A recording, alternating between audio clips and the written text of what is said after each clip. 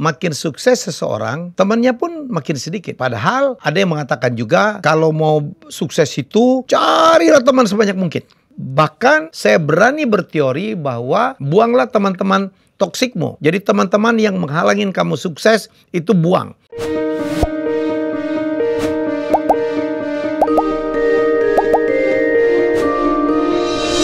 Ini agak paradoks ya, kenyataan bahwa makin sukses seseorang, ya, itu temannya makin sedikit. Ya, ini kenyataan dan saya mengalami. Makin sukses seseorang, temannya pun makin sedikit.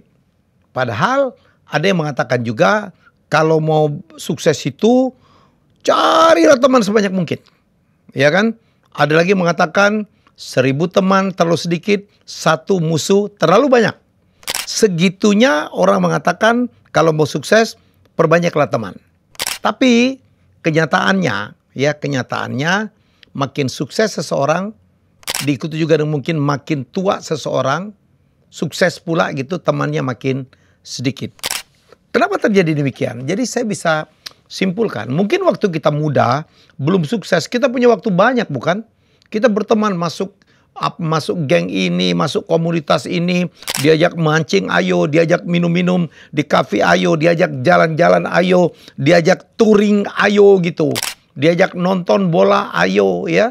Tapi itu hanya bisa dilakukan kalau kita tidak punya pekerjaan serius, kalau kita tidak punya bisnis yang harus kita jaga. Sehingga masuk akal kalau saya mengatakan bahwa makin sukses seseorang, temannya juga akan makin banyak.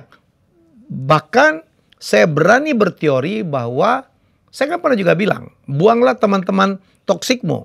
Jadi teman-teman yang menghalangin kamu sukses itu buang. Jangan bergaul dengan orang yang tidak ada manfaatnya untuk kamu atau merugikan kamu. Itu yang saya bilang teman-teman toksik. Teman yang ngutang gak bayar, teman yang selalu telat, teman yang suka komplain, teman yang suka menikam dari belakang. Buang, buang, buang.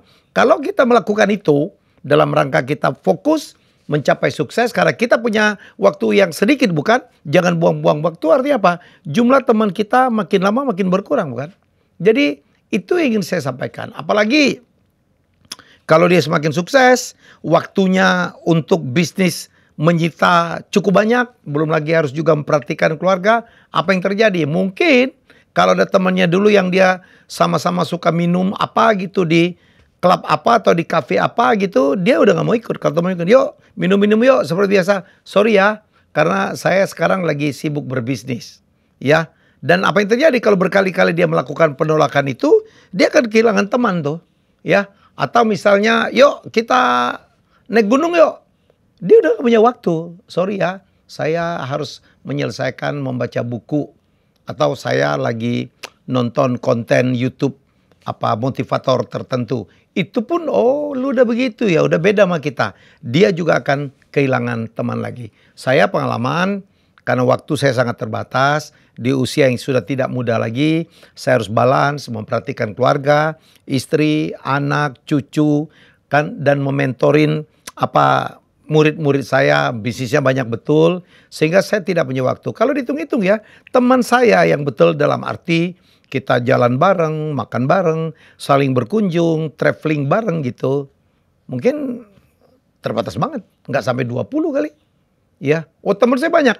Teman dalam arti saya kenal dengan banyak orang. Tetapi yang tadi saya bilang kita melakukan aktivitas bersama nggak sampai 20. Padahal dulu banyak banget.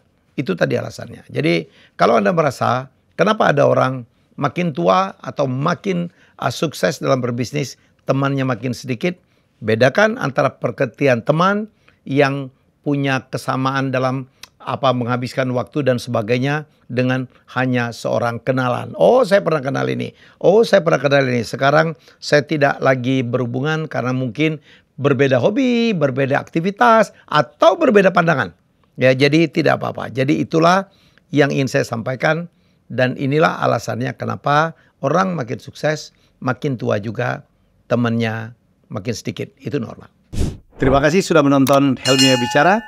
Jangan lupa untuk like, komen, share, dan subscribe.